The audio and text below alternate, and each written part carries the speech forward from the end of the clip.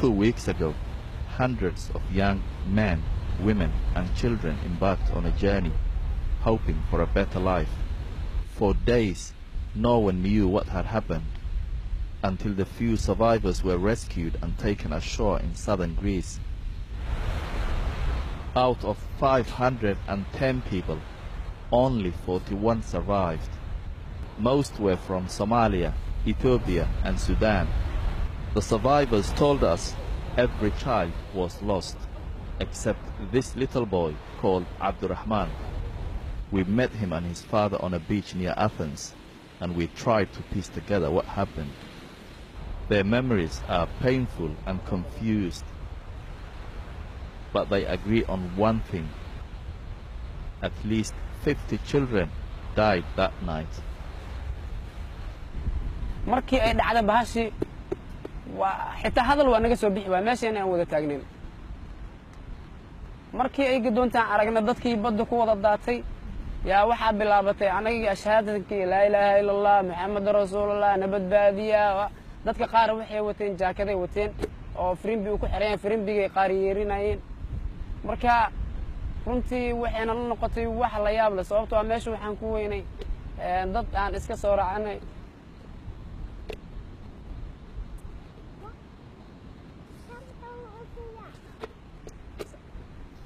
أصحابتنا قالوا مش كويس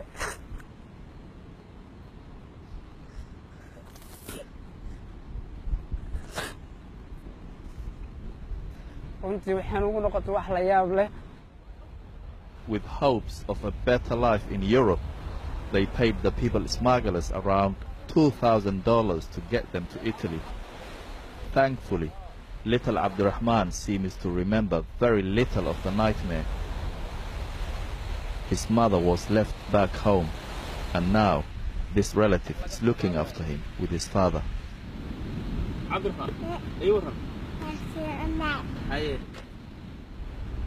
There is uncertainty over where they began their journey.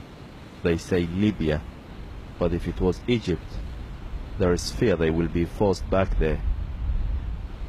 They went to sea on smaller boats. They said the plan was to transfer onto a larger vessel.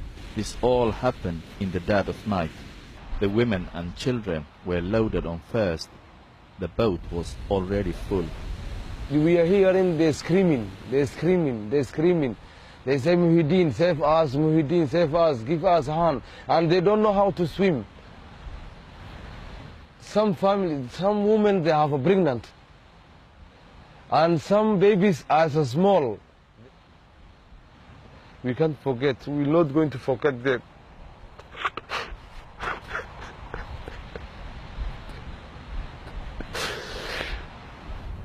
With the added weight, the boat capsized and went down within minutes. They didn't stand a chance. Only 3 women survived. Suez is one of them. Her brother was trying to help her get aboard the bigger boat when it started sinking. She made it. He drowned in front of her. markay dhinaca u dhacday ee dadkii oran dhulku meesha ku wada daateen anigu waa soo noqday waa taagnaan way doonta ku dhacay waxa u jeeday kaliya dadka doontooda sugu doontay oo si laqday wiilashana la soo badbaadiyay may soo badbaadin lahayn dadka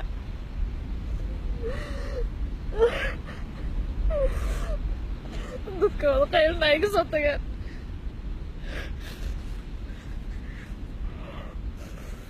dadka waa shahaadanayo waana la badbaadin lahaa ana la saacid lahaa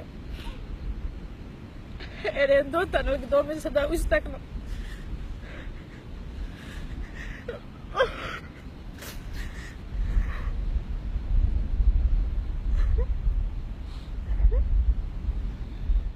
The survivors say the smugglers abandoned them, escaping in one of the original smaller boats. The only act of humanity they showed that night was throwing them a satellite phone. And their trauma, it took them 3 days to remember they had it. Finally, they called the Coast Guard, who explained how to use the GPS so they could be rescued. This is the moment when the rescue boat arrived. So few, were left to save. Abdurrahman survived because he was traveling alone with his father. They hadn't enough money to bring his mother.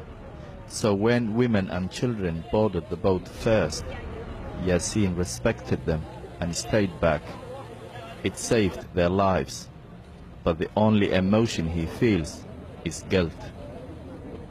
والله waxaan dareemayaa yani niyad jab aad u weyn aan dareemayaa anigu isma aanan lahayn yani waad ka soo badbaadaysaa shilkaasi oo waxaan niyadda ku hayay maadaama dadkaas ay dhinteen anagina inaan dhiman doono waqtigeed doonta ha ahaatee inaan badbaadi doono niyadda iguma jirinba runtii aadan uga xumahay shilkaasi dhacay xanuunkeedan waxaa dareemi karaa qofkii goobjoog u ahaa oo daawanayay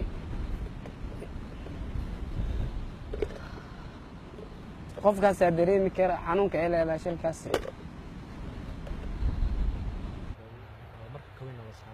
This man watched his friends die. Liban has just showed me pictures of his friends who perished in the sea, 10 of them in fact, here on his phone. He said he has been receiving messages from back home, more than 500 relatives of those who died in the sea.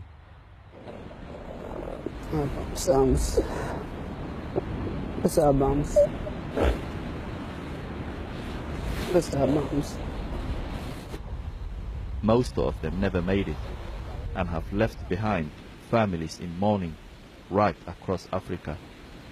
But for those who have, they are determined to find that life.